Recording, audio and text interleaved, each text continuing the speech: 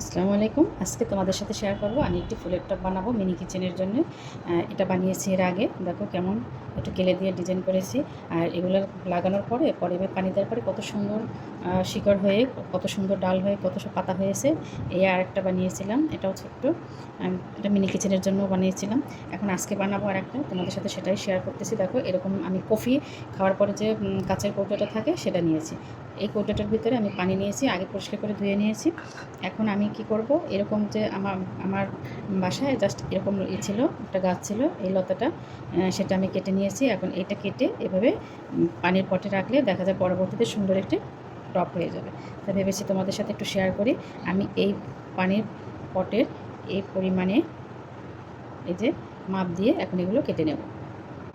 তোমরা খেয়াল করবে এটার সাথে এটা এইভাবে মাপ দিয়ে কেটে নেবে, যাতে এক সমান হবে আর দেখতেও মাশাআল্লাহ অনেক ভালো লাগবে। এই যে আমি এখানে মাপ দিয়ে এক সাইজের মাপ দিয়ে প্রত্যেকটা এভাবে কেটে নিয়েছি। আর অবশ্যই শিকড়গুলো এভাবে কেটে দিবে, কারণ শিকড়গুলো থাকলে ওটা দেখতে ভালো লাগবে না, কারণ শিকড় এমনিতেই আসবে, নতুন শিকড়। আমি এখন এক এক করে সব এগুলো দিয়ে দেবো। এটার ভিতরে পানি দিয়েছি আমি, এখন পানির পরে এক এক করে সব এগুলো দেবো। এটা তুমি ডাইনিংয়ে রাখতে পারো, পড়ার টেবিলে রাখতে পারো। দেখা যায় মাস 15 দিন যাবে অথবা 1 মাস যাবে, তারপর নতুন করে অনেক সুন্দর সুন্দর পাতা আসবে আর নতুন করে কড়ি আসবে, বেশ ভালো লাগে দেখতে। তোমরা এভাবে বাসায় বসে এভাবে ট্রাই করতে পারো। আমি এভাবে অনেক বানিয়েছি। এবং তবে একটা কথা, এতে কিন্তু মশা মাছি এগুলো আসতে পারে, পোকা হতে পারে। তোমরা 1 সপ্তাহ পর পর পানিটা চেঞ্জ করবে, এবং পানিটা চেঞ্জ করাও অনেক সহজ। এভাবে ধরে বেসিনের ভিতরে এভাবে করে ফালাবে, আবার একটু পানি দিয়ে দেবে, তাহলে আর এটার ভিতরে আর কোনো মশা মাছি এগুলো আসবে না, আর দেখতেও সুন্দর লাগবে।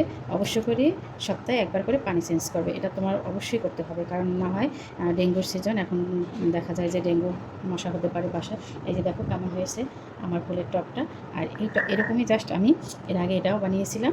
এই যে এখন দেখো আমার এটা কত সুন্দর, এই যে পাতা আসছে, এই যে কত সুন্দর লাগতেছে, ভালো লাগে বাসার ভিতরে এরকমের গাছ থাকলে। আর এটা কোনো কষ্ট নেই, শুধু একটু জাস্ট প্রথম দিন একটু কষ্ট করে লাগানো।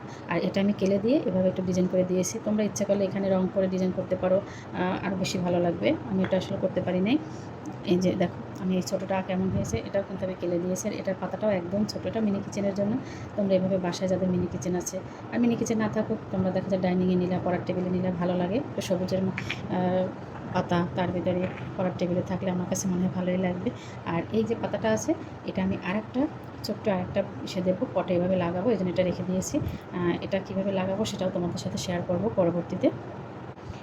এই যে হয়ে গেল আজকে আমার ফুলের টব বানানো, পানির ভিতরে ফুলের টব বানানো। কেমন হয়েছে অবশ্যই জানাবে। আর প্লিজ আমাকে একটু মোবাইলে এই ইউটিউব চ্যানেলটা একটু সাবস্ক্রাইব করবে, তোমাদের ভালোবাসায় আমার সামনে এগিয়ে যাওয়ার সব কিছু।